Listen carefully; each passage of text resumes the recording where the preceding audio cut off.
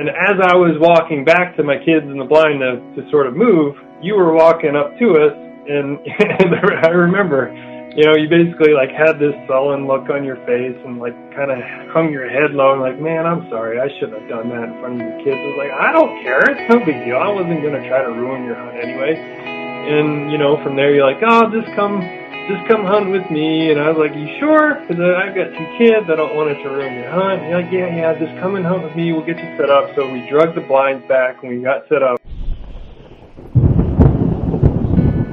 Welcome to the Fowl Front Outdoors Waterfowl Podcast, where our goal is to recruit and educate new hunters while entertaining the rest of you. Without new hunters and the mentorship of those more seasoned, this passion as we know it faces an uncertain future.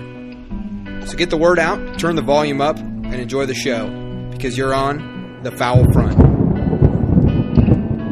All right, well, today on the show we've got my good friend Dan Collins.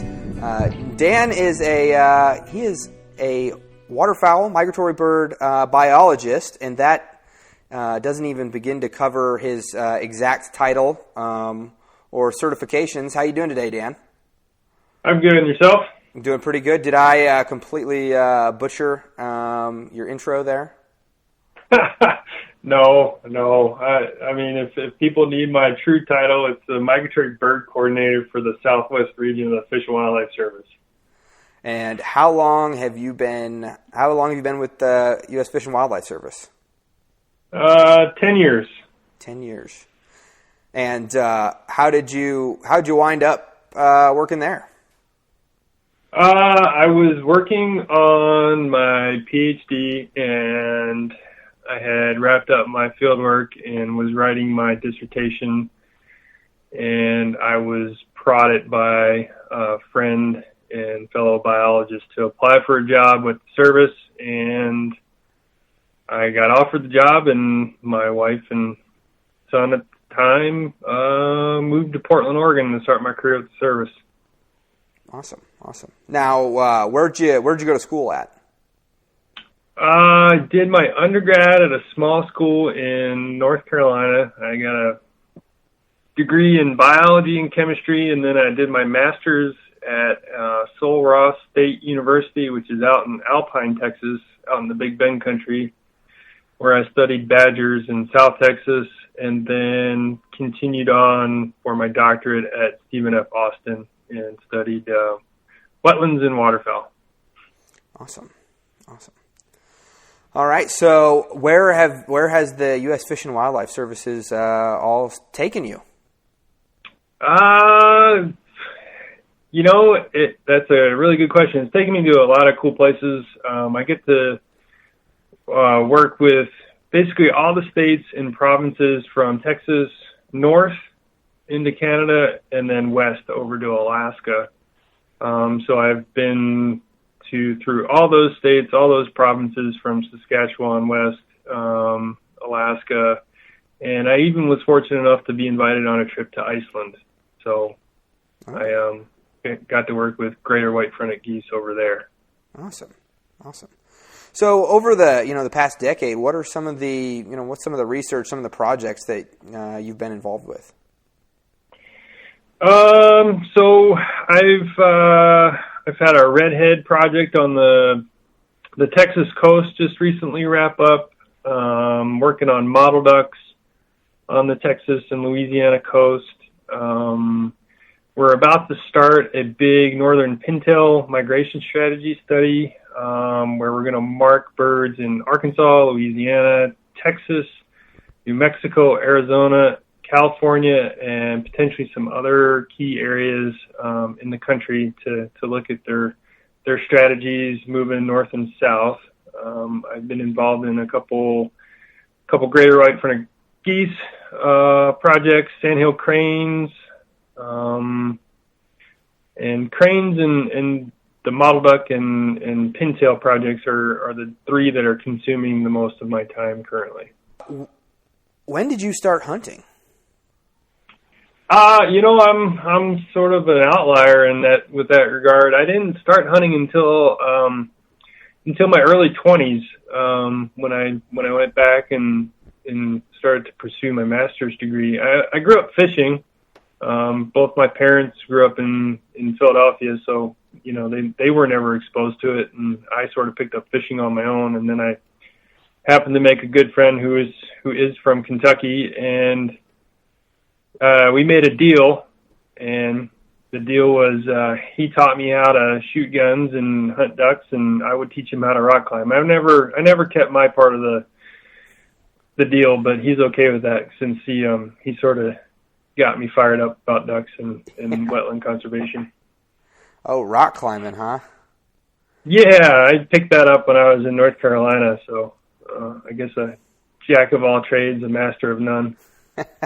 That's one, you know, I've had buddies like, hey, you want to come climbing with us? Want to come bouldering with us? And I would just kind of ask them, like, okay, we're going to go climb up stuff, and I'm going to have to, you know, trust your knots and these like little carabiner hook things that you're screwing into a wall.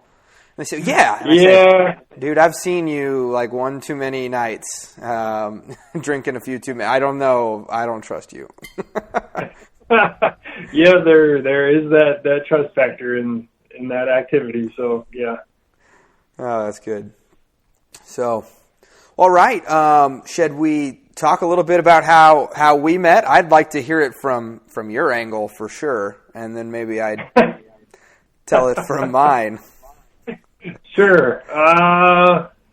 So I think I should just start. You know, it was what, 2 years ago? Was it 2 or 3 years ago?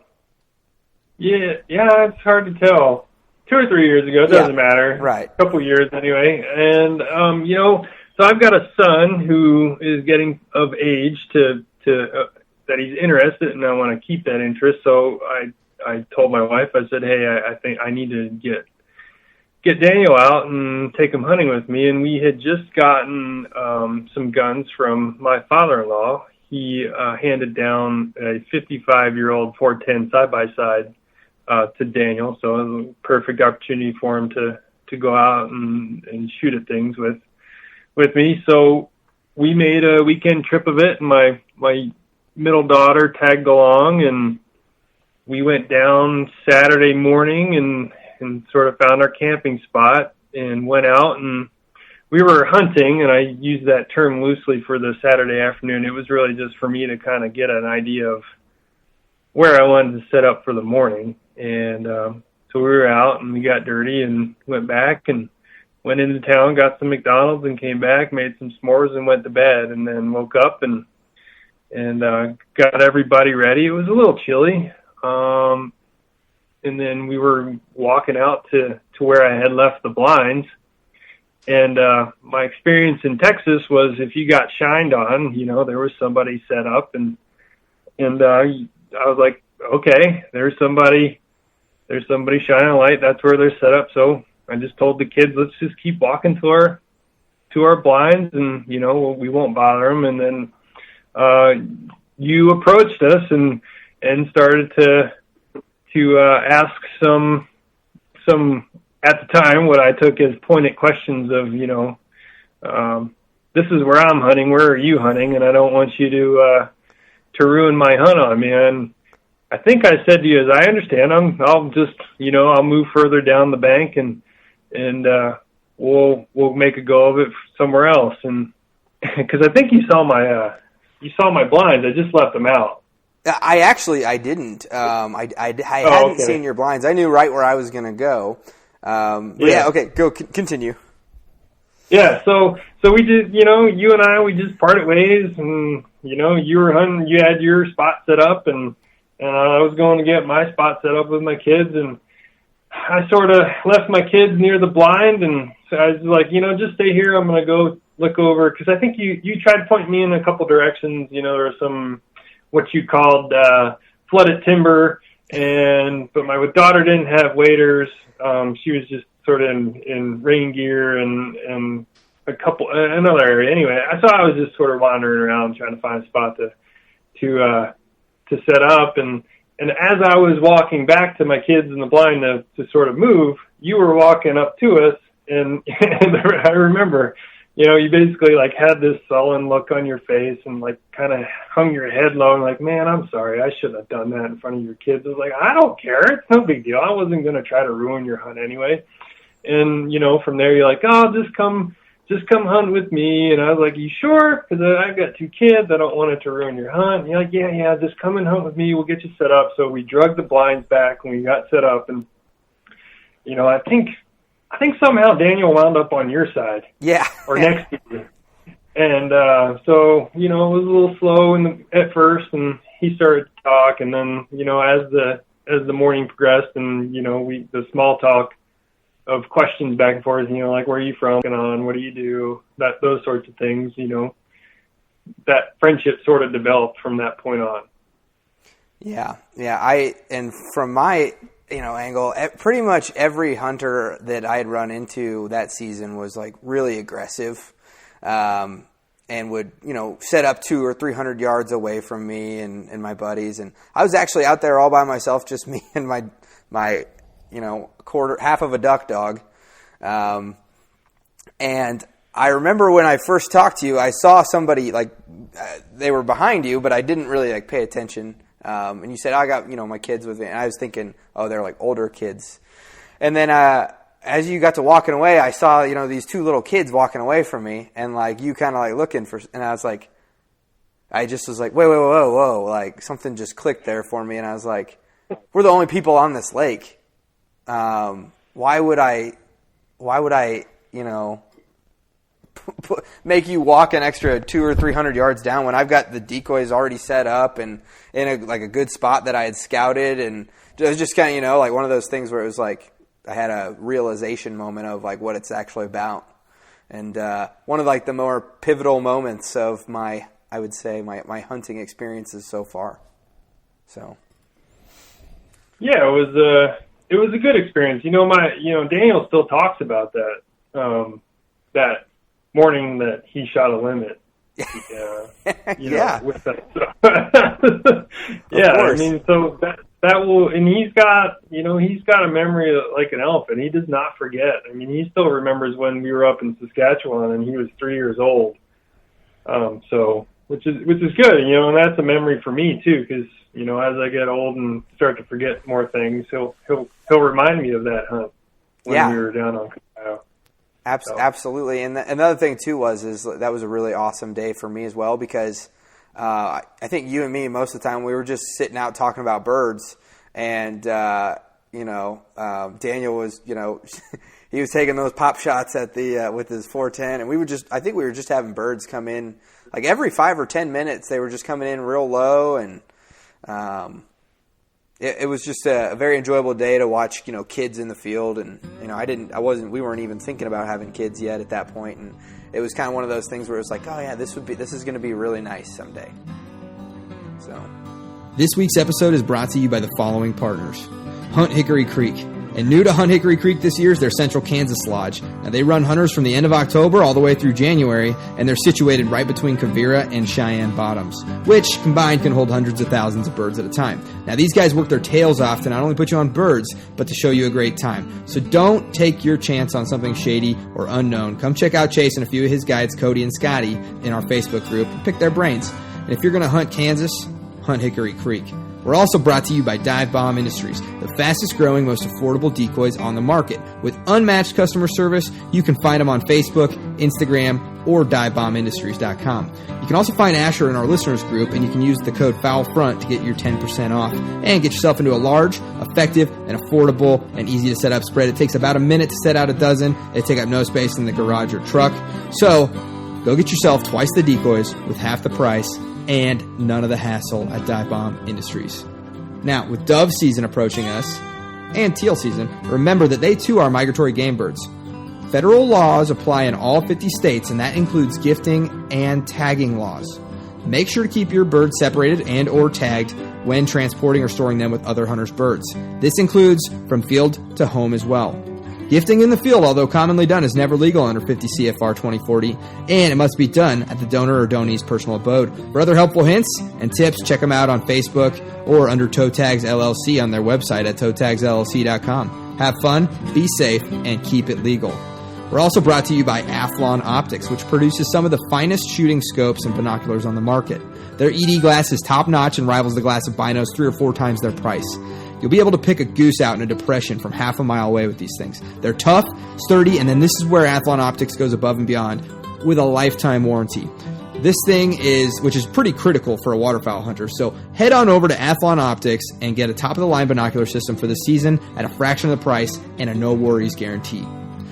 FreelanceHuntStats.com. I have to tell you, I'm really excited to start using the Freelance Hunt Stats system this year. So if you've never logged your hunts in the past, or I think it's something that you should really start doing this season, on FreelanceHuntStats.com. Not only can you look back and remember past hunts, but you can also use it to help you learn and improve with your future hunting successes.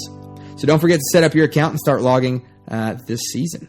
We're also brought to you by Duck Nuts. That's DUKNUTZ. Now, I've been fighting decoy rigging systems since I started. Wrapping, coiling, even Texas rigs. Talk about a pain in the butt. Now, I work hard, but at the end of the morning, it's time to go home. And Duck Nuts allows you to rig your decoys so that all you got to do is throw them in the bag. And with their friction system, it's too easy to just pull the line and pack up or throw them out. It also allows you to adjust for depth. So if you're tired of fighting decoy rigs, head on over to ducknuts.com and use your 10% off foul front discount code. Also brought to you by Gypsum Creek Retrievers, which is a full-service gun dog training facility in the heart of the Midwest. And they look to build eager, confident, and reliable field companions through a unique approach that you won't find at many other places. So go check out Gypsum Creek Retrievers on Facebook or Instagram, or you can hit up Evan, the owner, in our Facebook group. We're also brought to you by DuckTech. Increase your odds of success in the blind this year with the DuckTech mobile app. 3-time world champion duck caller Barney Califf teaches you how to make the most important sounds, what they mean to a duck, and when to use them. DuckTech is available to download in the App Store and Google Play. So, with the season approaching, get the app today so you can put more ducks on the strap tomorrow. And we're also brought to you by SRB Field Rests. No matter what, where, or how you hunt, SRB Field Rests will keep your shotgun, rifle, bow, or crossbow clean, safe, and ready in the field or on the range. Waterfowl hunters in the dry or muddy fields. Turkey or predator hunters in the pop-up blinds. Hey, if you're hunting deer, elk, or bear, or any other big game, hunting in box blinds, they've got you covered. They even have rests for bow fishermen. So head on over to srbfieldrests.com and use your foul front discount code to get 10% off. Yeah, your daughter will be like my daughter falling asleep on your chest, and you all you'll get to do is watch people shoot birds. Yeah, for sure. Oh yeah, but that was a good day, and then you helped talk me on some turkeys up in the national forest up around there too that one time. So we just kind of kept in contact, and I don't know. I pick your brain every now and then about something for sure. And I actually got on your website today, and I was I was impressed with all the different folks that you've had on the podcast. So you're definitely getting a lot of good information out there. Yeah. I'm trying to make it as educational and also entertaining as possible. And I've got my limitations as an entertainer, perhaps, or a public speaker, or whatever I want to title I want to claim, podcaster. But it's fun to just keep plugging away, and you get some negative comments, but then all that gets washed away with one person being like, "Dude, thank you very much for this episode. It was awesome." Whatever. That all makes it worth it, at least. Sure, it's easy to hide behind a computer and offer up comments. Oh, exactly. For sure. So. Well, should we get into the beef of the episode here? Sure. Yeah. Let's go for it. All right. I guess we could probably title this this episode maybe something migration, like understanding the migration.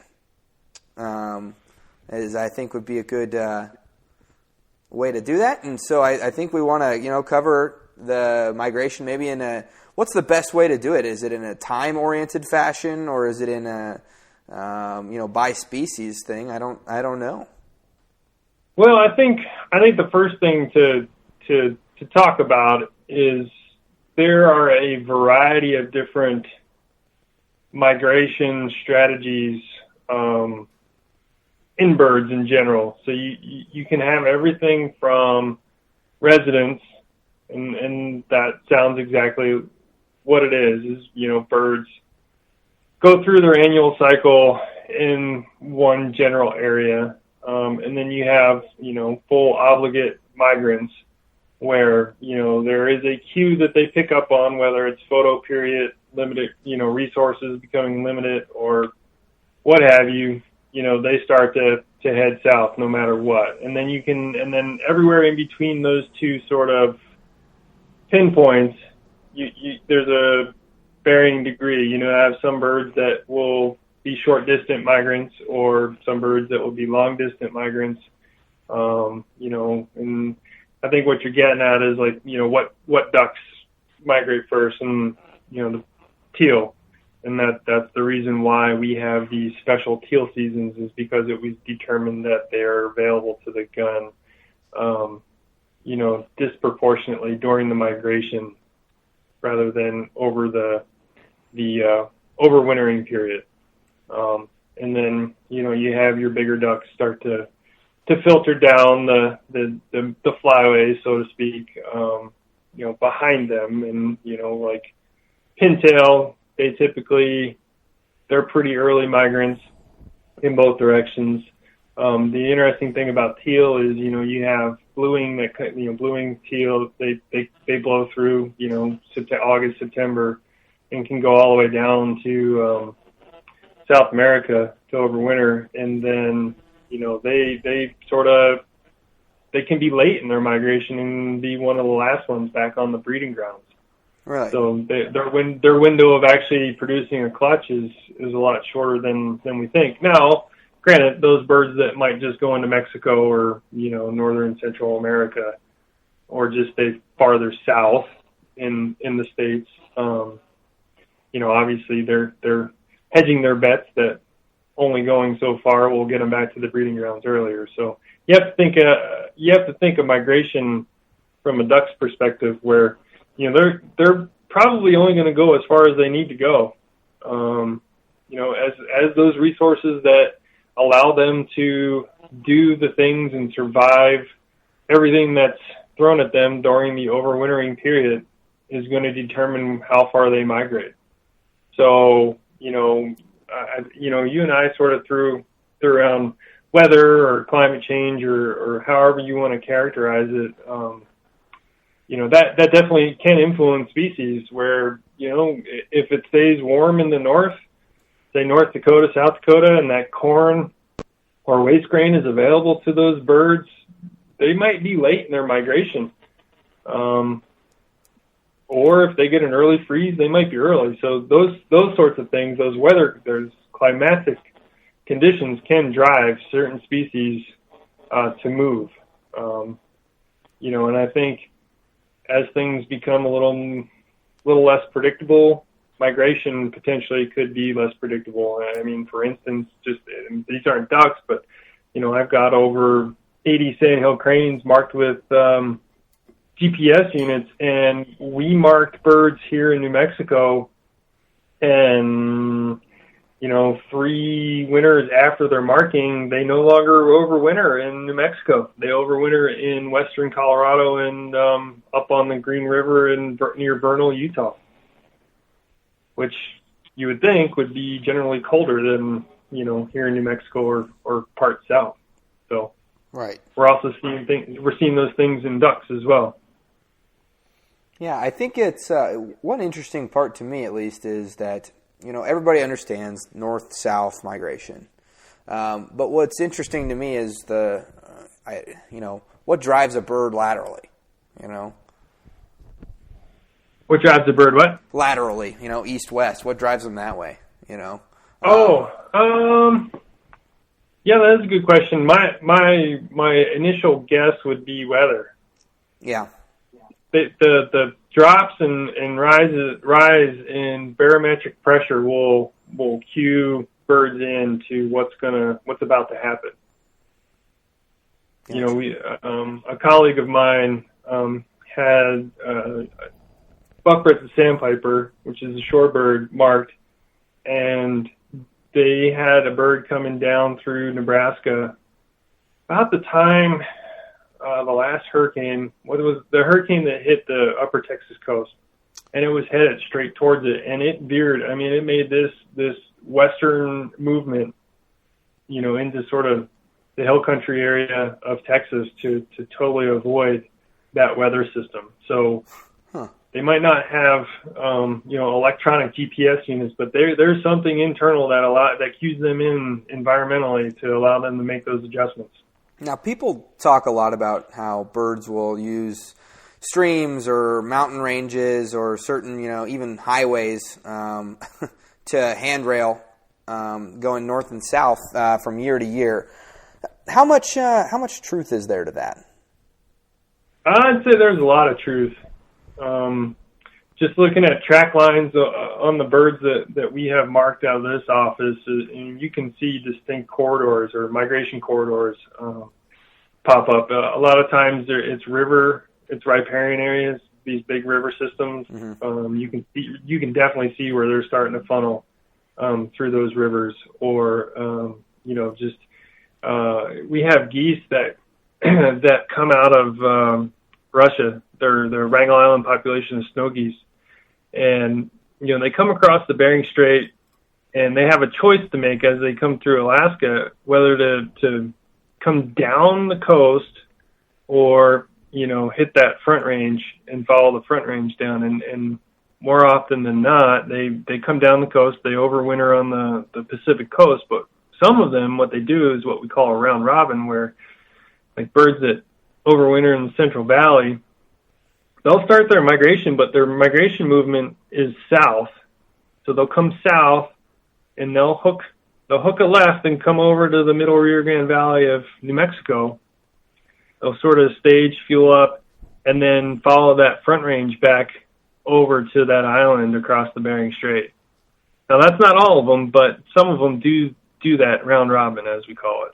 And we know that because of neck collars and getting observations from birders and hunters that have seen these neck collars. Interesting. So, what I guess I always wonder what drives a mallard or a pintail to just pick up and fly 2 states in one night, or hop just south maybe 200 miles or something like that. What's like the average pushes that you'll see in relocation? Average, I'd have to do a little pen to paper, but sure. A 2-state movement or 1,000 miles is probably nothing, given if it's the right weather conditions. And you gotta think that as the weather changes, the jet stream in parts of the country is pushing the air south, right? So they can get up and hit that jet stream or that airflow, and they have to do less work. They have that tailwind behind them to allow them to make those big, large movements. And the same goes with birds coming from the south. As things warm up, those winds are coming from the south-southwest, which allows them to get over and up and, head north. So they're really cueing in on that sort of thing, where they're using those big wind pushes to allow them to move big distances. So here in Kansas, if I'm getting, if there's a really good front that comes down all the way from South Dakota or North Dakota, and that's where it starts, and it starts pushing down that way. I always just imagined that I was getting, I'm getting the birds from Nebraska, and then all the South Dakota birds pushed down. I never imagined them pushing like more than like a state. But it's not unrealistic, or it's totally within the realm of possibility that I could be in Kansas shooting at a bird that was in Canada 2 or 3 days ago. Yeah. That is definitely within the realm of possibilities. Yeah, that just, to me, that speaks a lot about how important, I guess, wintering grounds are, or to have them, at least for the hunter, to have, food and habitat available for these birds to try to stick it out a little bit around here, so that we can get a couple chances to shoot at them and whatnot, because it seems like, with, everybody talking about how, the Midwest and, farming practices are keeping birds around longer or pushing them towards, down the, the central flyway there, that if those things weren't, didn't exist or whatnot, we would be having birds just push overnight. We'd never see a lot of birds, I feel like. But well, I don't know, because the bottoms and other places in Kansas, I can't imagine why they wouldn't still be strongholds for overwintering birds. As long as the bottoms weren't. So yeah, I guess that whole theory. There's a lot of things that can go into that one. With the increased production of grains, corn and soybeans and everything else that's out on the landscape. Sure, you could say there's a direct correlation between birds staying further north because of the production, but we also might not be riding 20-year highs of population estimates either, where those grains are allowing birds to either, not expend the energy they need to travel all the way south to Texas and parts beyond, and it's allowing them to produce more birds on the breeding grounds. Right. So it's messy, and everything in wildlife management isn't really it's not black and white, so to speak. Oh, sure. Yeah, it's one of those things where everybody, everyone always talks about, the money in the nesting grounds up there, and then I think it was, I'm not sure if you're familiar with Jerry Holden or not, but I never really took too much stock. He works with Ducks Unlimited, but I never really realized how important it is to have, conservation and habitat in the wintering grounds, the pit stops along the way for them. So. Oh yeah, that comes back to, back in the early days of waterfowl management, that we as a conservation group identified the breeding grounds as the limiting factor, right? And that's where we put a lot of our time and efforts to learn about it. And 95% of all duck stamp sales go towards conservation in that duck factory, so to speak, of the prairie potholes. And not that we didn't put any credence to overwintering. The early science was saying it was all breeding dependent and how many birds you produced and whatnot. And then as, we started to shore up the things that were going on in the breeding grounds, we started to focus our attention on those overwintering areas and really sort of dial in how important, I don't know if Jerry has ever talked about cross-seasonal effects, but it's a matter of basically the better you can send a duck back to the breeding grounds, the better or the higher probability they are to be successful on the breeding grounds. So if you can send them back fat and happy, they're going to produce birds that are going to add to the population. Makes perfect sense. So, all right. So I think another thing that a lot of maybe, neophyte hunters don't quite understand is, okay, we know in the fall the birds travel south, and we know they're going down somewhere to hang out, at the resorts or whatever it is that they're doing down there. And then they move back in the spring, move back north. What are they doing during these different phases of the migration? Sure. So it's all going to be resource dependent. So they're leaving the breeding grounds because resources are becoming limited, whether it's, fields and wetlands being fed out or weather locking those resources up, ice and snow covering those resources. And as they migrate, so let's take the Central Flyway, for example, birds breeding in far northern Saskatchewan. And it makes a movement south to the Platte River in the rainwater basin area, and they're going to stage there. The corn is still available, there's still open water, and they're going to refuel and they're going to hang out until it either gets cold or, something tells them to move south, and then they're going to come down to Texas from Nebraska or Kansas.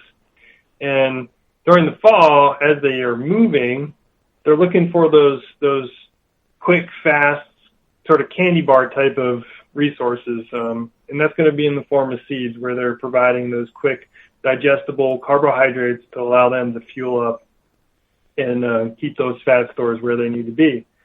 But as they get to that overwintering period and, pair bonding starts to happen, feather molt really kicks in. So females are starting to, produce, potentially start to get into that cycle of production.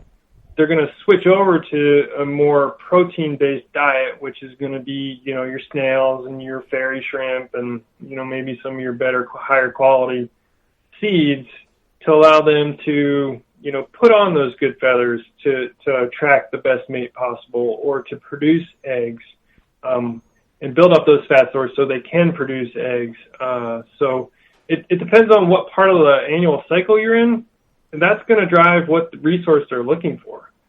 So, they might hedge their bets and stay farther north, but those protein resources might not be there, so they might not actually, be able to reproduce. Or, if they come down to Texas, so to speak, they're looking for those high proteins. Feathers are really cost expensive to make. So mallards, for example, the brighter your head, the better mate you are able to attract. Now, can we see that? No, but female mallards can. So you want to be able to stock up on those snails and fairy shrimp to get the biggest, brightest, greenest head to attract the best mate. And that's a whole nother aspect of sort of the mating system of ducks. We can't see those iridescence as well as the females and males can see it of one another.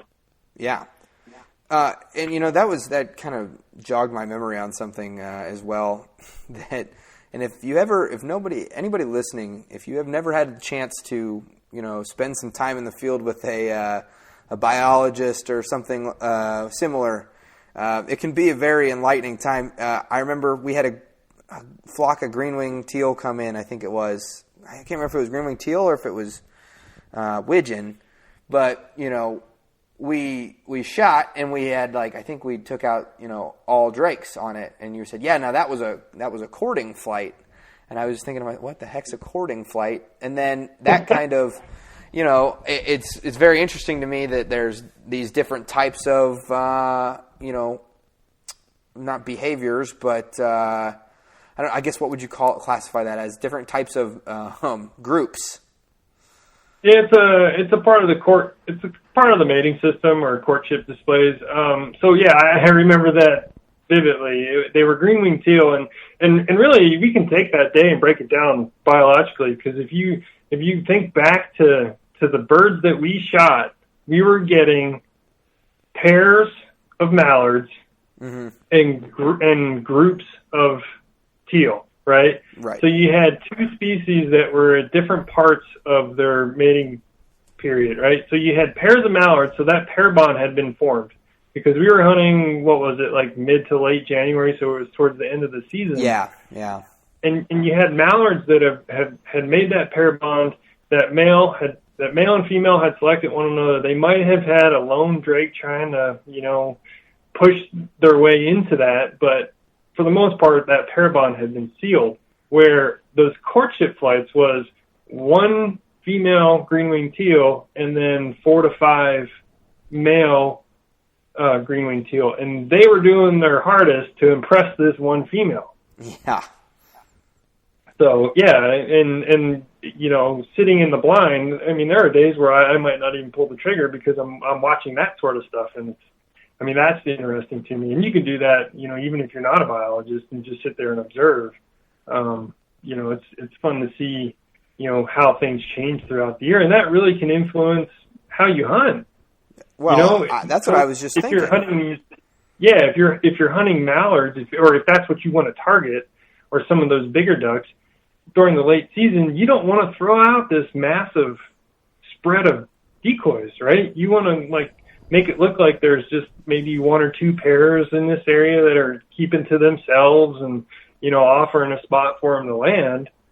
Or, you know, with with teal courtship flights, you know, you just want to attract their attention. So you also don't need a big spread, but it's just the makeup of your spread. Like how many, like what configuration do you put them out in, you know? So that's definitely something to consider as you're going out into the field for the day. Yeah, well, and that, you know, that's so interesting too, because I think I wonder if you had a reaction or if you remember how I had my decoys set out, because I had already had them set out before you guys joined me. And what your initial thoughts are, because we ended up moving them. I remember that. I do remember moving them, and I don't remember if it was based on my suggestion or just you and I saying, let's try it. You know, I remember you didn't have a ton out. You had a couple spinning wings out set up to get their attention. And I think what we did was we spread them out a little bit more, didn't we? Yeah, well, and I know that because I never have my spinning wing decoys within like 50 yards of where I'm hunting. I just try to get them. And I think we ended up closing off because they were coming across from the channel, I think, and flying real low, pretty much straight into us, and then they would bank off to the left or the right of us, and so we just closed off one of those off to the side of us, I think with kind of like a J or like kind of like a U. And then they started putting down in front of us instead of just squirting off to either side of us. Yeah, I do remember that. I don't remember the configuration initially, but I remember changing them. I usually just have a dump spread. So yeah. Kind of like a... Well, that's the thing. I think we've all probably been in the blind with somebody like, you know, they see one bird flare and it's like, oh, we need to change the decoys. And, you know, that might not necessarily be what's making them flare. Right. So. Yeah. Yes. More than likely, it's the two guys sitting out of their blinds, pointing out that it's a courtship flight or a bachelor flight or something. Yeah, probably so. But okay, yeah. Back to the migration. What are some of the do you have any like pivotal like things that when you found out about them, when you like through your studies and learning, you were just like, wow. That is an amazing display of nature or evolution or, you know, that's crazy, that kind of thing. So when it comes to migration strategies, that sort of is a very new topic to me, and one that I've gotten intensely interested in. And it's all through my work with sandhill cranes, honestly. So they sort of rev that engine, so to speak, and it's through the course of working with two of the three western greater sandhill crane populations and just seeing the difference in how they decide to migrate. You know, we have one population called the Lower Colorado River Valley population that exhibits sort of this skipping type of migration strategy where they don't really make big movements, you know, maybe couple 100-mile movements north-south. And then we have the Rocky Mountain population.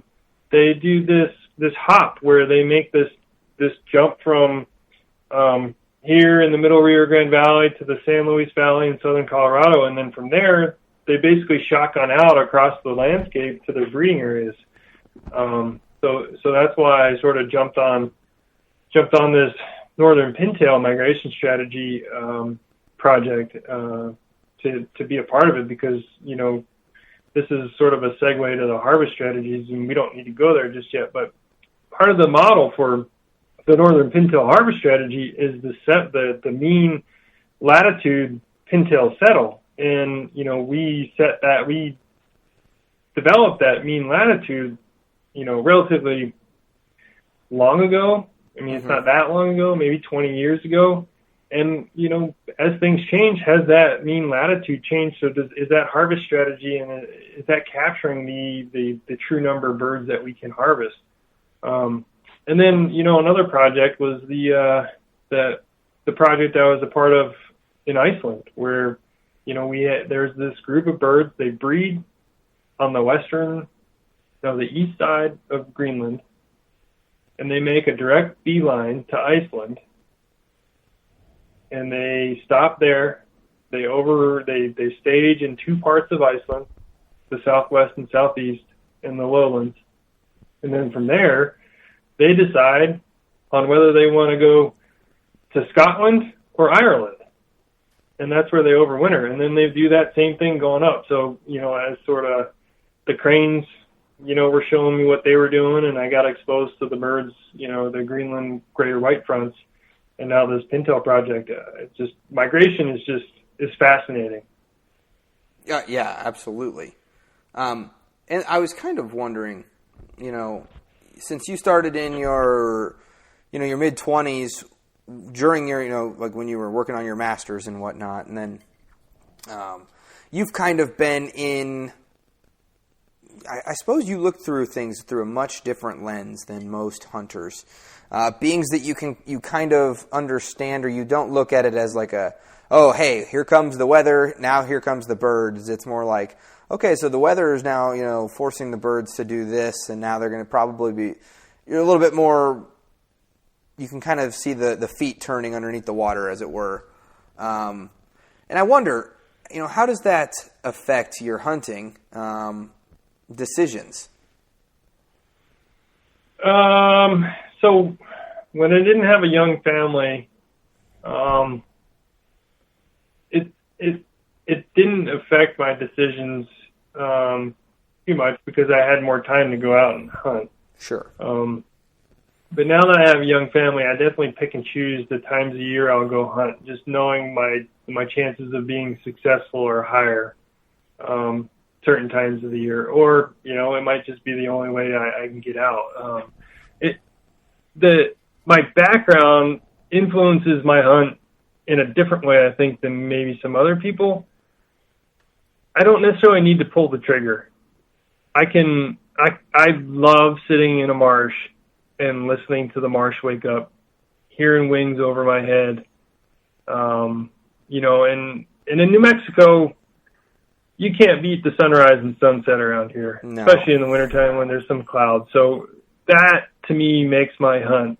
And there have been studies done, and there are phases of hunting, and some of the folks listening, may be going through a different phase of what we call the hunting lifetime.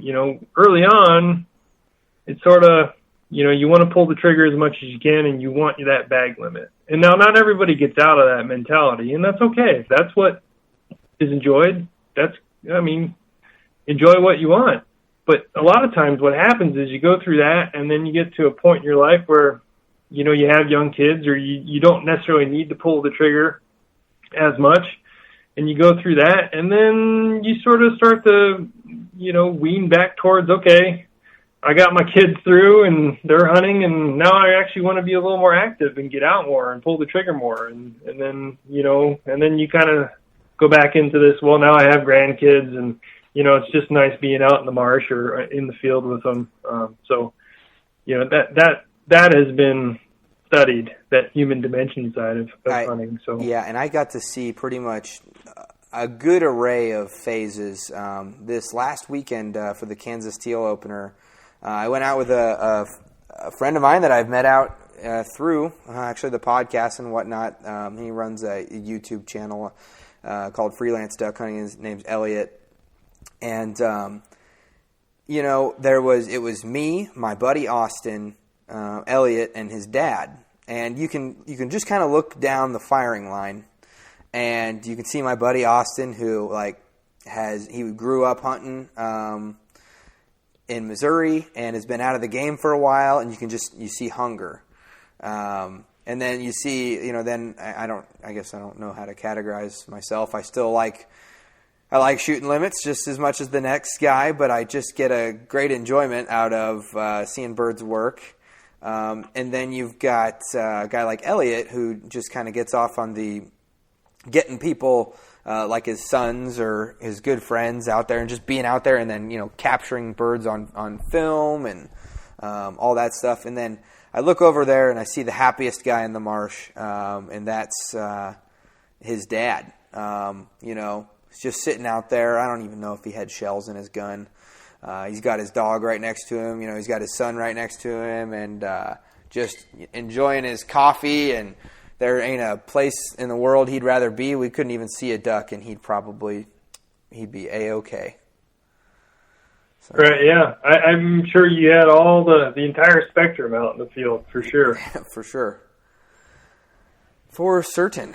So, what would you say, and this is just a selfish question, I guess, for me. What is the most interesting migration pattern that you've come to observe or study? Like the one that really fascinates you?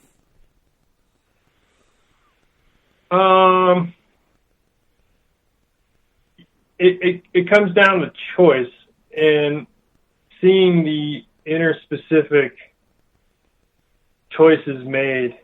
Honestly, the one that comes to mind is that snow goose example I gave a little earlier, where you have birds. They all the birds go to this one island. It's called Wrangel Island, and you can find it on Google Earth. It's this small island in the Arctic, and that population hovers sort of between 150 to 200,000 birds, and they all sort of come down, to the Pacific coast. And some about 60% overwinter in the Puget Sound area, and then the rest in the Central Valley. The choice that some make to do that round robin, to come over to New Mexico, and then they go up the Front Range back, instead of just going straight back in a linear line along the Pacific coast, is fascinating to me. Like, why? Yeah, what's your hypothesis on that? Right, exactly. Like, was it your parents that taught you how to do that, or was it some, and birds can be philopatric. They can be really, they come back to the same spot every year. So, if it's a learned behavior, you're like, why?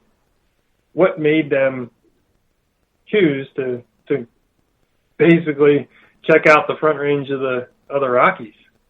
Right. Sure. So, well, I know one thing that the bird reports just came out, or the population reports just came out, and I guess let's talk a little bit about that. First and foremost, before we even discuss anything relating to any sort of data, how do they go about getting all this stuff? And what are some of the foibles of trying to count a bunch of birds out in the wild? And what are some of the specifics that we need to be looking at in these numbers? That it's an estimate, so it's not exact. So for waterfowl, to get a population abundance estimate, what we do is we survey the breeding areas in May, and we call that the May Breeding Population and Habitat Assessment Survey, or May BPOP. And we have pilot biologists who have strata that they cover, and the transects are about 200 miles long a piece, and you have a pilot and an observer, and they fly these linear transects. And an eighth of a mile off the wingtips, they count every single wetland and duck that they see. And then now, there are... Back that up real quick. So you say that, okay, so they're in a plane, and they're gonna fly 200 miles, and they're basically covering a swath of a half a mile wide? A quarter of a mile, Quarter of a mile wide? an eighth of a mile off each side. Okay. And yeah, when they're counting, are we taking pictures, or are we doing just a? So you got a little clicker up there, or what's he doing? It's a voice recording. So what happens is they have the entire breeding grounds stratified with these transects. Okay. And we have survey crews. And the survey crews is the pilot and the observer. And some of the survey crews have ground crews, and I'll get that in a second. But the pilot and the observer, they fly these transects. And as they are flying, the pilot only records the ducks he or she is seeing. The observer is recording the type of wetland and the ducks that they're seeing. So, hypothetically, let's say we're going along a transect, the pilot and the observer coming up on a wetland. The pilot is going to say, he's going to speciate, so he'll say mallard, pair and a spare. And then the observer will say, mallard, 3 pair, 3 spare. Right? So you have a total of, how many ducks do you think? Well, 9, 10, 11, 12, 15? Like, is that what you're asking? Like how many they just said? Yeah. So on the pilot side, he says pair and spare. That's actually 4 ducks. Okay. Because a spare is a male mallard, and they did studies about this. If there are mallards that are in groups of less than 4, there's a female on a nest that they are attached to. So on the pilot side, it was 4 ducks. On the observer side, I said 3 pair, so that's 6 ducks, and 3 spare, so that's another 6 ducks. So that's 12 indicated birds. So you didn't necessarily see 12 birds, but you're saying that these signs, this to me says 12 birds in this little pond. Based on their biology, it's 12 indicated birds. Okay. Correct. And now, how high are we flying here? They're 100 to 150 feet off the ground, so they're really low. Okay. And that doesn't, that usually, I would imagine, kicks the birds off? Yeah, so they also have studied that where as the plane flies over, if the birds are breeding or in a breeding status, they resettle back on that same wetland. And that's important because of the ground crews.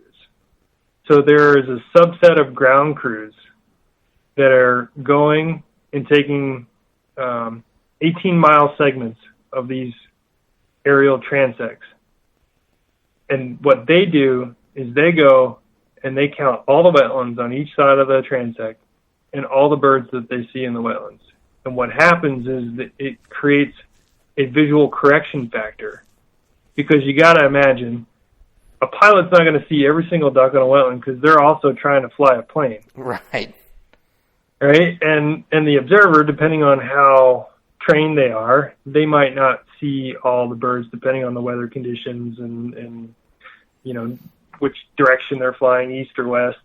Sun might be in their eyes, so they might see it. So the ground crew, what they do is they come in, they're supposed to basically see all the birds, and then they apply these visual correction factors to the pilot and the observer, and that way they can extrapolate out across the landscape once the pilots and observers are done with their aerial transects.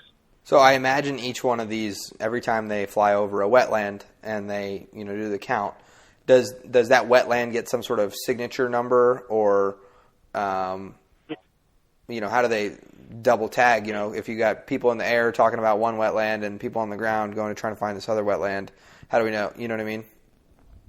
Right. So in the air, they designate the wetlands either natural or artificial, and then the ground crew comes along and we classify them as either type 1, type 3, type 4, type 5, or a stream.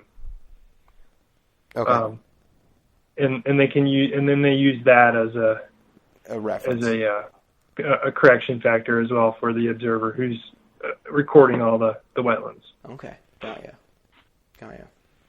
Here's a question for you too. Okay, so at 150 feet, I guess I was thinking that it was much higher, but at 150 feet, when 400 or 500 birds pops up off of a wetland or something like that unexpectedly, I don't know if that is even a feasible case or something like that, but what do you do at that point? Because there's the observer.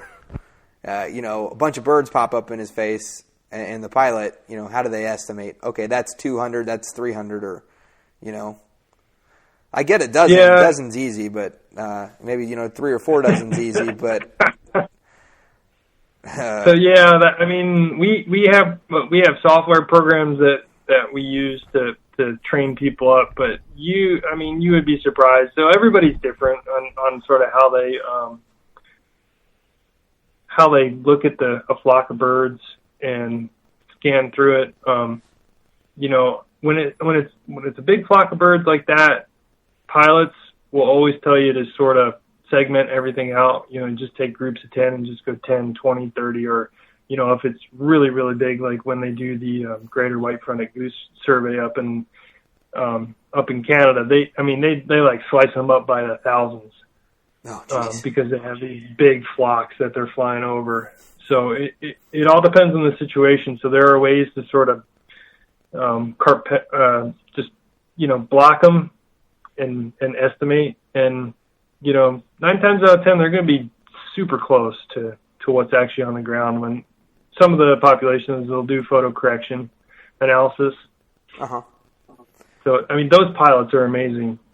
What they can see and what they do in the plane, because I'm getting ready to go up on a crane survey. It's just, finding birds in chiseled fields and on wetlands. It's amazing how birds will hide, to the plain eye. Yeah. Who are these guys? Who are these pilots? Where are they coming from? Where do these people pop out of the woodwork? Yeah. So, back as the wars were coming to an end, the GI Bill kicked in. We had a more rural, base coming back from the wars, and they had an interest. There was this hunting, heritage that was in them, and these guys learned how to fly during the wars. They went and got a degree, a wildlife biology or a biology degree somewhere, and parlayed it into a career flying planes. And it has, we now have folks that sort of have done it the opposite way, where they get into school, they're going for wildlife biology, and then somehow they make a connection with flying. They like to fly, and then they find out that there are these jobs called pilot biologists, and they really get after it and get their hours in, and they're very very employable because they can fly a plane and they can identify things from the air. So it's a unique skill set for sure. How many of the population of biologists that migratory or bird biologists, waterfowl biologists, what percentage of them, I guess I don't know if to ask, don't hunt or do hunt?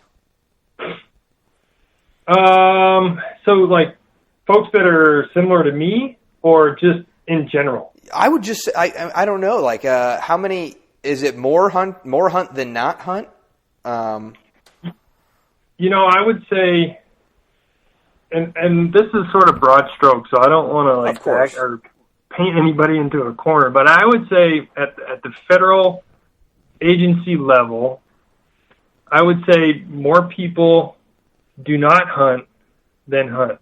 At the state agency level, I would say it's the opposite, where more people hunt than don't hunt. Interesting. And just because I said that they don't hunt doesn't mean they don't have an appreciation for it. Right.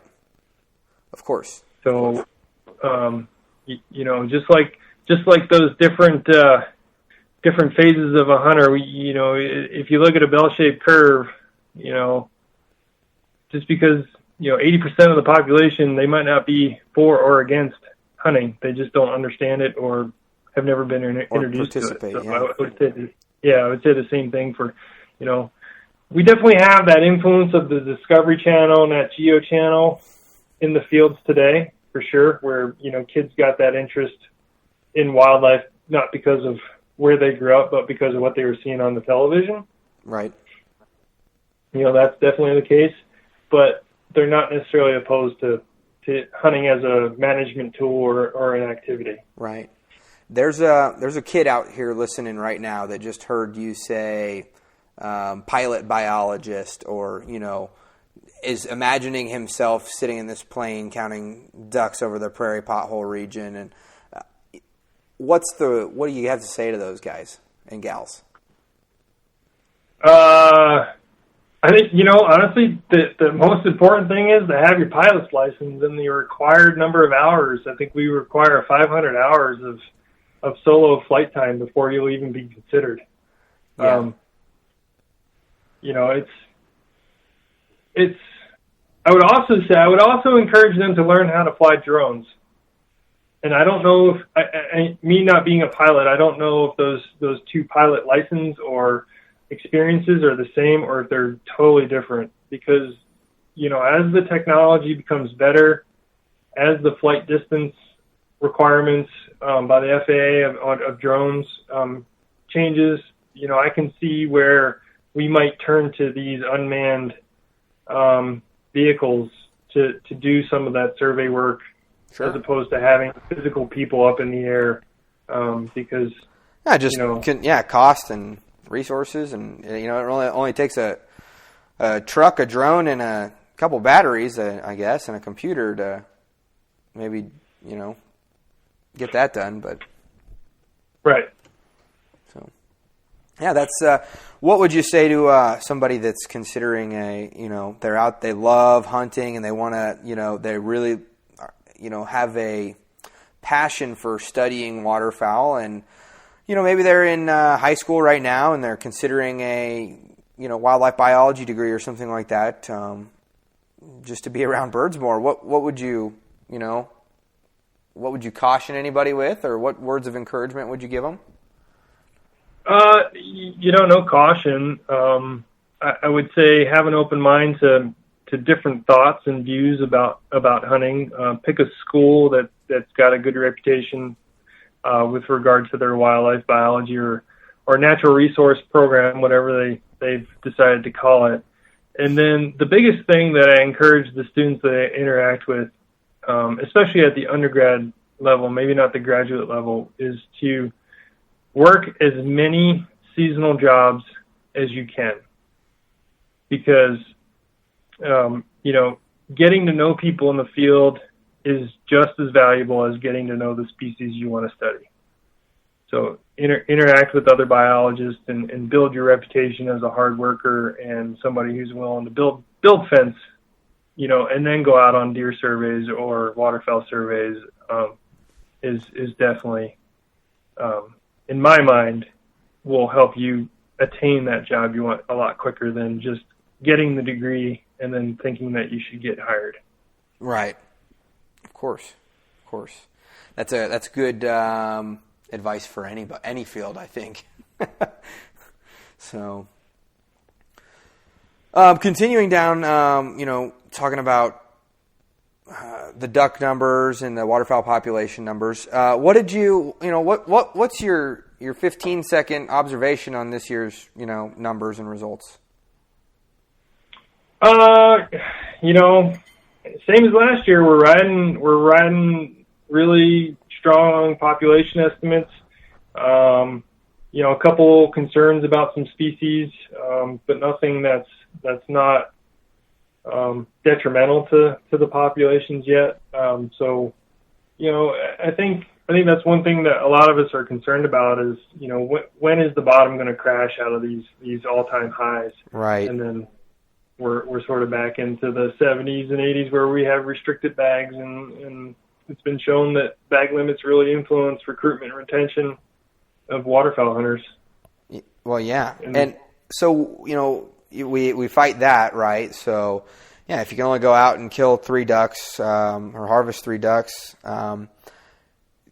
people, I guess there's a certain population, especially new people and new hunters, like you just said, for recruitment. Some people, it's not going to be worth it for them. But what's the thought on harvesting? Like bag limits affecting populations, because you always read there's there's additive and then there's causative or something like that. I can't remember what specifically they're called. Additive and compensatory. Compensatory. That there's a $2 word for you. Right. No wonder it escaped my vocabulary. But what is that? Because I do have some buddies that'll, oh, hey, that's a nice group of hens you got there. And, I'll say, oh, well, I sure tried to identify that Drake blue-winged teal last weekend, but it escaped me. It eluded me. Yeah, the basic boiling the two down additive, or if you think about populations in general, right? You have immigration and emigration. So you have individuals leaving and you have individuals coming. You have birth rates and you have death rates, and that's just a part of the natural population cycle of any species, right? Right. So in any given year, you're going to have a birth rate of X, death rate of Y, and it sort of balances out. Now, additive is your death rate is going to be much higher than your birth rate can keep up with adding new individuals to the population. So the thought is if hunting is additive, it's contributing to that death rate and driving your population to a negative slope, so to speak. So compensatory is the total opposite, where you have the birth rate, death rate, and then hunting just sort of is compensatory, where it's taking birds out that might have already been on that trajectory of dying in that year. So you're killing fated dead birds, essentially. Correct. That bird's number was coming up that year probably anyways, and you just got in the way. So right, or it's a bird like a juvenile male who hasn't actually contributed to the population yet, so it hasn't been recruited into that breeding population. Right, so a juvenile male is not really important. I mean, honestly, males in most populations really aren't important. It's the females that drive the dynamics, and that's why in certain populations you have that hen restriction. My wife is going to love that. So yeah, I think most wives, girlfriends, or others will enjoy that. But I mean, that's why that female or that hen restriction is in place, because they drive the population. So the whole dead hens don't lay eggs argument has some validity to it. Yeah, to a point, right? So an adult female is gonna be more important than that juvenile female, because that juvenile female hasn't been recruited into the breeding population. She has the potential to be recruited into that breeding population, but she hasn't figured it out yet. Where that adult female has figured it out and potentially has laid a clutch of eggs and produced. She had nest success and fledging success, and those birds have been put out into the population. Right. That all comes down to fitness, right? So fitness is basically reproductive biology. All you need to be fit is one replacement, right? So if you and your wife decide to have another baby, I'm not saying you are, and it happens to be a boy, you are a fit couple because you have replaced yourself. Gotcha. Understood.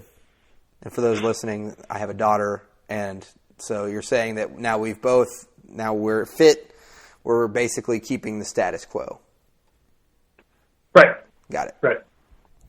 Understood. So I guess to kind of tie up a little bit of all of this, I'd like to get into kind of the annual cycles that we were talking about. And correct me if I'm wrong here, but some of the ways that you were wording things earlier on in this conversation, it sounds like annual cycles are not necessarily tied to migration cycles. No, we call them life history events. Okay.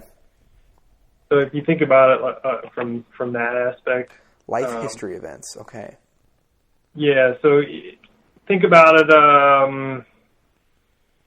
and it's a lot faster, right? I mean, it's just like a human, right? You're born, you're a duckling, right? So that's your baby. That's your life history event, right? And then you grow, right? And for ducks, it's basically you come out of the egg, you follow your mom to a wetland, and you learn how to feed, right? And as you feed, you start to put on your primary flight feathers, right? And then you feed some more, and you get to be a flighted bird.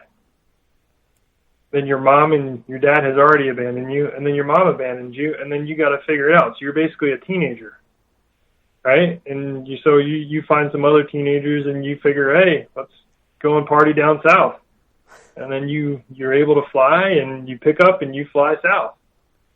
And then, as you age as a teenager, you start to become interested in the opposite sex. And that's when that courtship display starts to come into the mix, and you start to put on your breeding plumage, and you are trying to find, that mate for the year. So for a mallard, what age is this for them? Oh, it's in the first year. In the first year. Yeah. Yep.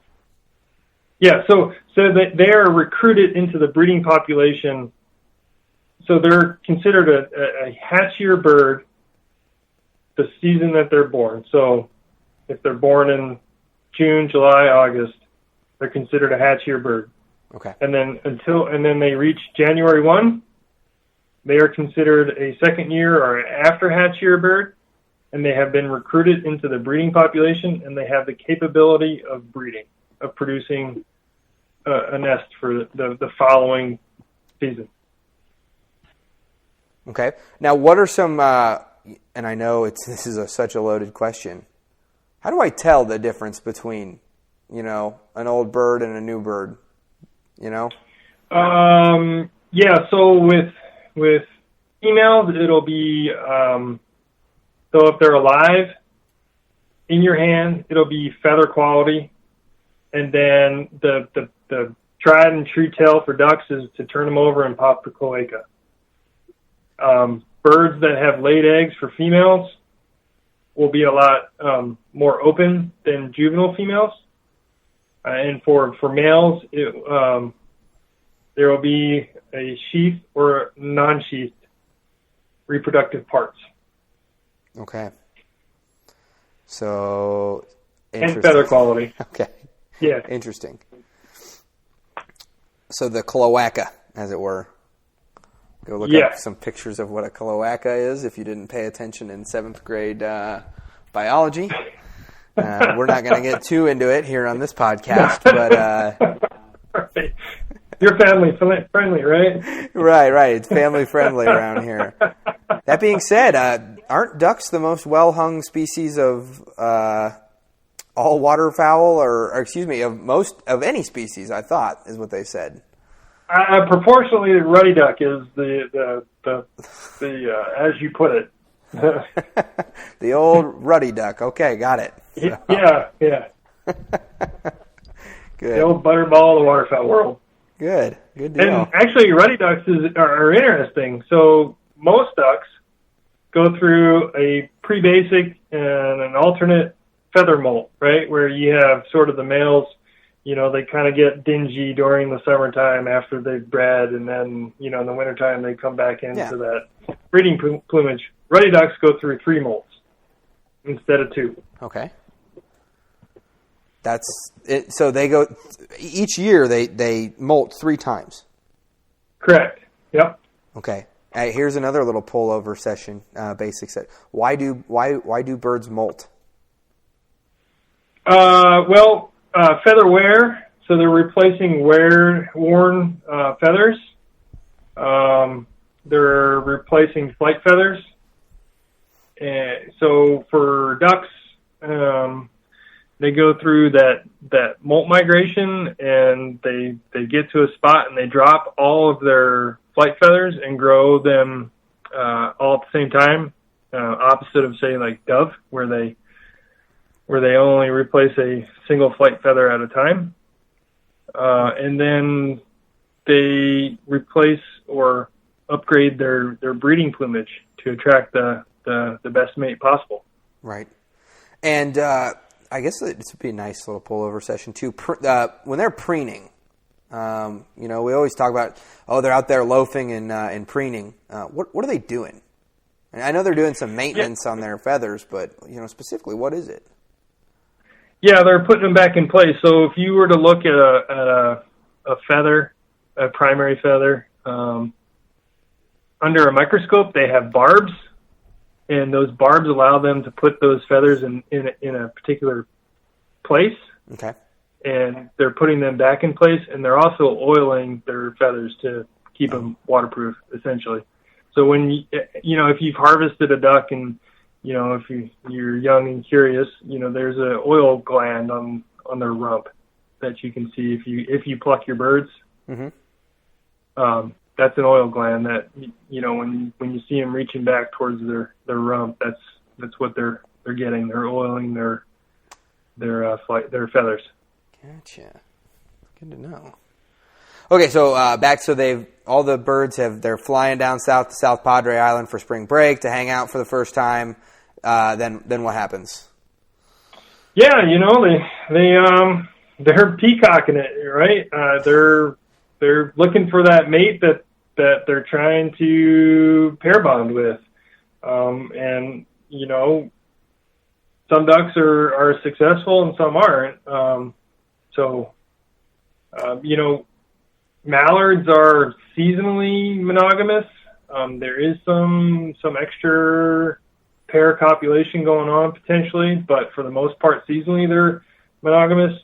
But as soon as that female then flies back north with her mate, as soon as she initiates a nest, the male abandons the female. What's that degenerate off doing now?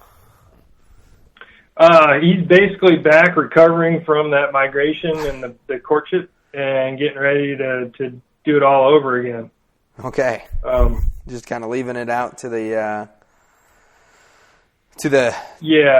hens. Now, so is it so basically once that hen lays her eggs, she's on her own to do that stuff, or do they is there any sort of teaming up in any of this or not? Not with mallards, no. But Canada geese, yes, they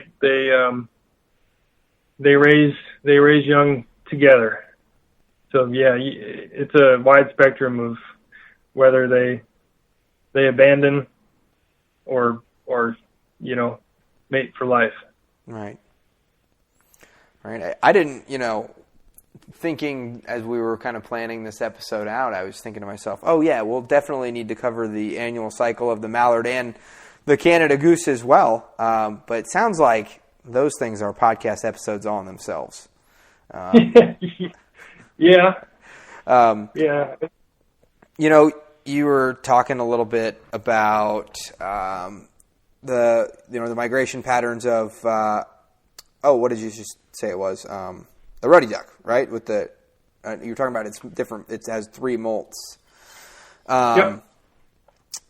What other you kind of told me the mallards and the Canada geese. Sure, we can cover those life cycles, but I could hear it in your voice that there was something else that you said you'd rather talk about. A different species, just maybe due to interest or something of a similar nature. Oh no, it wasn't. So you gotta, mallards and Canada geese have been studied, to the nth degree. Right. I I have more of an interest in those species that need a little bit more attention, you know, and pintail being one. You know, we're riding these 20-year highs of just about every dabbling duck and diving duck population, and then there are pintails that are just struggling, and, you know, why is that?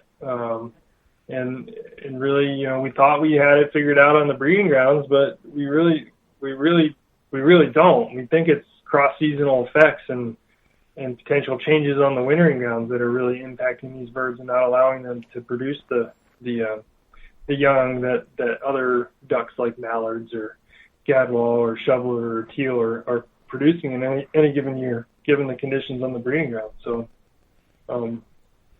it's not to put mallards or Canada geese down. It's just I find other species interesting, but that's coming from a biologist. Right. I know for hunters and waterfowlers, you know, greenheads and Canada geese seem to be the cream of the crop, you know, because they're the most available, and their numbers, they provide more opportunity. Yeah, I would. Well, you know, in the last, this will be my 6th season that I've been, you know, seriously chasing birds. I have probably shot more widgeon than any other bird.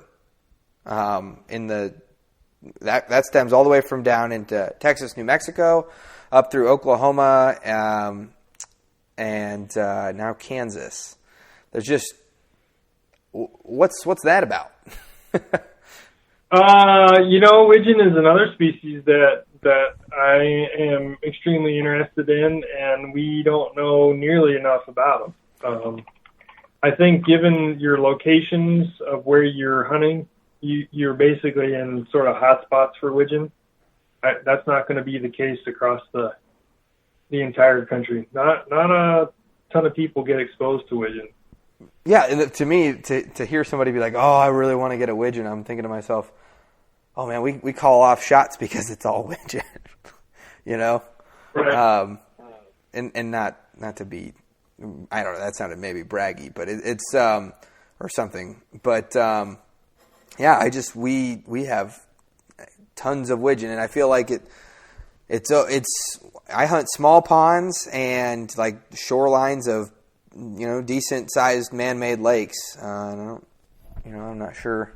Maybe my hunting strategies, you know, are more prone to widgeon or something like that, but I'm not sure. Well, you got to think of their foraging ecology. What you just described to me was perfect for widgeon. So man-made lakes, depending on the size, are going to have a lot of submerged aquatic vegetation. And then small ponds, I imagine, are going to go through a really good drying and wetting cycle, which, you know, creates a lot of green vegetation. And widgeon are predominantly a vegetarian. They're looking for those vegetative structures, like you know, buds off a coontail or you know, like bulrush, you know, shoots of bulrush. So you're sort of hunting in the habitat that they're looking for. Gets back to, you know, if you want to pinpoint a species, learn about the species and figure out what it wants. Don't go out to a spot and like, oh, I want to try to attract X and get mad because you haven't done it. It's because you might not be where they want to be. Right. Well, to wrap things up here, Dan, I have a couple questions that I really like to ask most of the guests.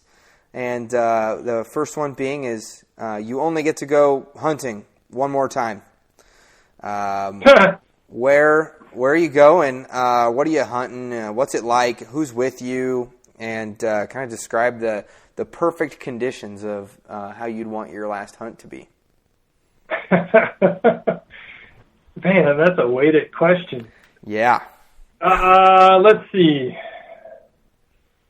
I would probably, man, there's so many hunts that I want to go on that it's hard to choose.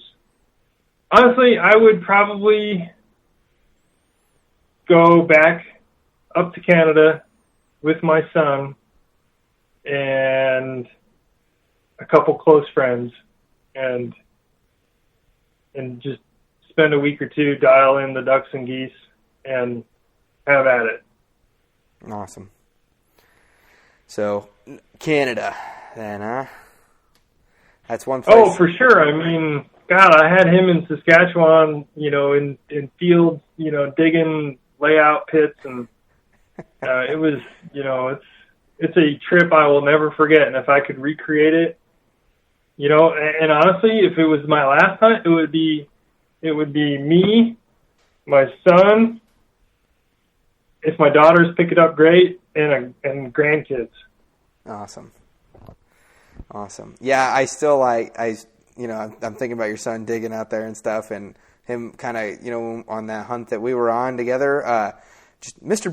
Ben. I never get called Mr. Ben, so that was fun for me. And he's a go-getter for sure. Yeah, and I sent you that picture of dove season this year, and I mean, he shot over half of my limit. It's time for him to get his own license. Yeah, because you have the mentorship. What's that called? The mentorship? Yep. Yeah, where basically he can add to your limit, correct? Yeah, he shoots on my bag, yeah. Gotcha. That's cool. Yeah. So, but yeah, what else do you get any hunts planned for this season, or any aspirations? Well, here the past couple of years, my hunts have really been actually trying to keep birds alive and putting GPS units on them. So I've got that big pintail project starting up where I'm going to have to get some birds in my hand, and I've got some cranes I need to capture to put units on them. So that sort of has been my hunting, where it's not necessarily putting meat in the freezer. It's putting data in my computer to help inform decisions about these game birds. So, I'll make a couple trips down to where we hunt it, and I'm going to try to get over to the Texas Panhandle to shoot some cranes with a buddy of mine. So nothing out of this world, just something to whet the appetite and keep me going. Awesome. Well, you've always got a spot in my blind up here in Kansas, so. I appreciate it. I'm going to have to take you up on that one year. I just need to get I need to get the data rolling in, and then I can be an armchair biologist again. Perfect. Well, Dan, should we call it there? Sure. Any last comments you'd like for the listeners of the Foul Front Waterfowl podcast? Enjoy the time of field, and don't ever stop waterfowling. All right. Well, I appreciate you coming on and taking. I know it's Friday, and you're leaving on a bus or something soon, aren't you? Yeah. Oh, yeah. It's just my mode of transportation home, and then I'm leaving Sunday for crane surveys. So. All right. Well, you stay safe out there in the field, and keep me updated. Will do. You do the same. All right. Bye, Dan. All right, and as we do every week at this time of the show, we're going to go ahead and talk a little bit about our partners. These are great people, and don't fast forward through this. This is important, and this is where we're going to have a lot of good updates for you that might be beneficial to yourself. So, I want to give a big shout out to Hunt Hickory Creek. Hunt Hickory Creek, they just opened up their Central Kansas Lodge for waterfowl this year. And Chase, their head waterfowl guy, get in here on the group and you can, vet him. If you're going to spend all this money to, get on a guided hunt, you might as well be able to pre-vet and get to know your guide before you pull the trigger on something. And you get in there into the Waterfowl Podcast group, you can meet Chase and then his guides, Scotty, and Cody, and then even his fiance Megan, who she does a lot of the photo work and a lot of stuff from behind the scenes and out there. So these are great people, and you're gonna really be able to. Once you meet them, you're in the group. You're gonna be sold. So go ahead and check out Hunt Hickory Creek and book a hunt with them today. So. We've also got Dive Bomb Industries, and Dive Bomb Industries has a foul front 10% discount code, and if you haven't used that yet, I would use it before the end of this month. Just saying. These guys are getting us into, affordable, big numbered spreads that are extremely realistic and get the job done. Not to mention they don't take up any space in your garage or the truck, and you don't have to have a big old trailer to haul them around. It makes sense for the budget hunter that is, doesn't have all the time or money for all the, a big old 16-foot enclosed trailer to haul around a bunch of full-bodied 3D Canada goose decoys, and they are even coming out with pintails and the whole 9 yards, the whole gamut. So go check them out over at divebombindustries.com and their Facebook and Instagram. Next, we've got the DuckTech mobile app, and the DuckTech mobile app is it's pretty sweet. You can get in there and you can learn from Barney Califf, who's a 3-time world duck champion, world duck calling champion, and he tells you what this specific call means, what this means, what that means, and then how to do it. And then you can actually record yourself and play it against him so that you can kind of see where you're falling short or, what you need to improve upon. So go check out the DuckTech mobile app and get yourself, sounding right for this upcoming duck season. Next, we've got Gypsum Creek Retrievers, and I just went and did a hunt with Evan this morning, and I tell you what, that's a good dude. And in a couple years, he's going to be the premier kennel, I think, here in Kansas. And if you really, want to know that your dog, or if you want to get a good dog here in the future, and that it's coming from a very respectful and from somebody that absolutely loves your dog probably just as much as you do, you need to check out Gypsum Creek Retrievers. And not to mention the dog work that he's doing with these things. I got to spend a morning with his flagship dog, and he was just lights out. It was awesome. Making a 100-yard blind retrieve through the weeds, on a crippled bird.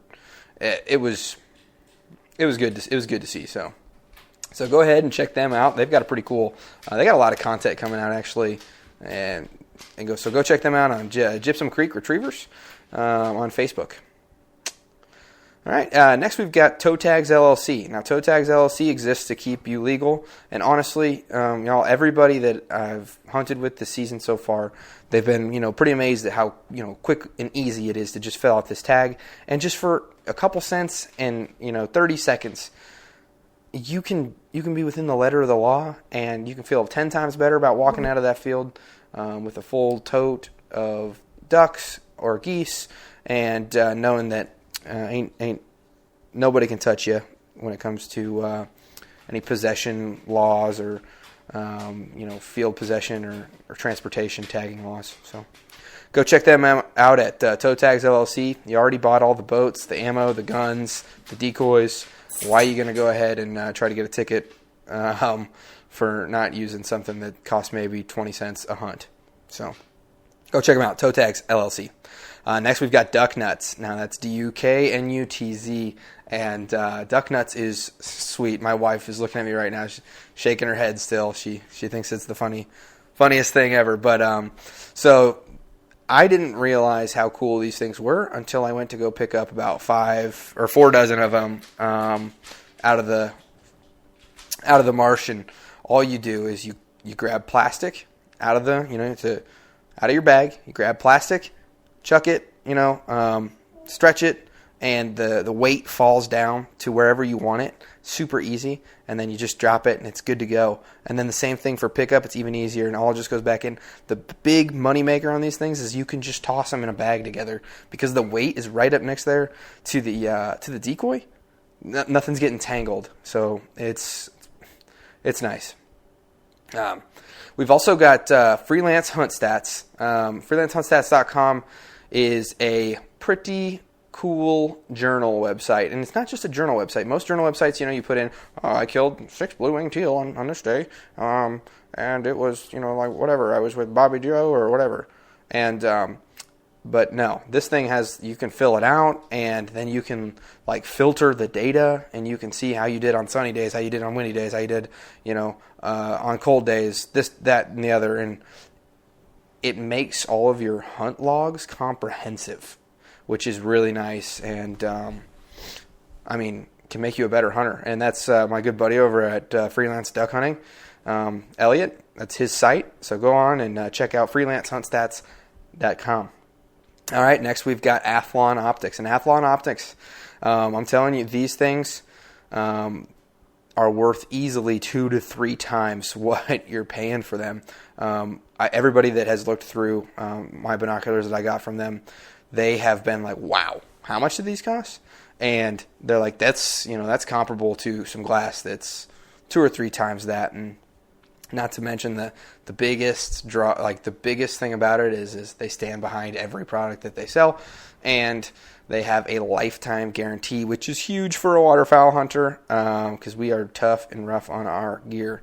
So go on over to athlonoptics.com and order yourself a pair of these binoculars. I got the Midas 10x42, and they work great. And we already gave away 1 pair. And just saying, there might be another pair being given away in the next week or so. So stay tuned for that. And last but not least, we have SRB Field Rest. And SRB Field Rests, pretty cool stuff there. Just like with toe tags, why are you gonna go out into the field and set your expensive shotgun down in the mud? It doesn't make sense. He has all sorts of rests for your gun in the field, so he's basically solved the problem of setting your gun down in muddy fields, marshes, everything of that nature. So go ahead, check out srbfieldrest.com, or check him out on Facebook, and go ahead and keep your gun out of the dirt today. All right, that's all we have today, folks, and we will, get back into the meat of this, and we will see you next week. Thanks for listening to this week's episode of the Fowl Front Waterfowl Podcast. Please come join us on our Facebook group, the Fowl Front Waterfowl Podcast group, where you can connect with a good group of hunters, because we're all in this together. We need to act like it so that hopefully our great grandkids will be hunting ducks over our favorite public lands. We also ask that you go ahead and give us a written review on iTunes and give us 5 stars if you think we deserve it. And we really do want to hear back from you so that we can give you the best possible content. And if you get in on that Facebook group, you can get in there and you can ask questions, and you can tell us what you want to hear next, or you can tell us what you don't like, and we'll be sure to tailor things to our listeners. So, all right. Stay safe out there, and we will see you next week.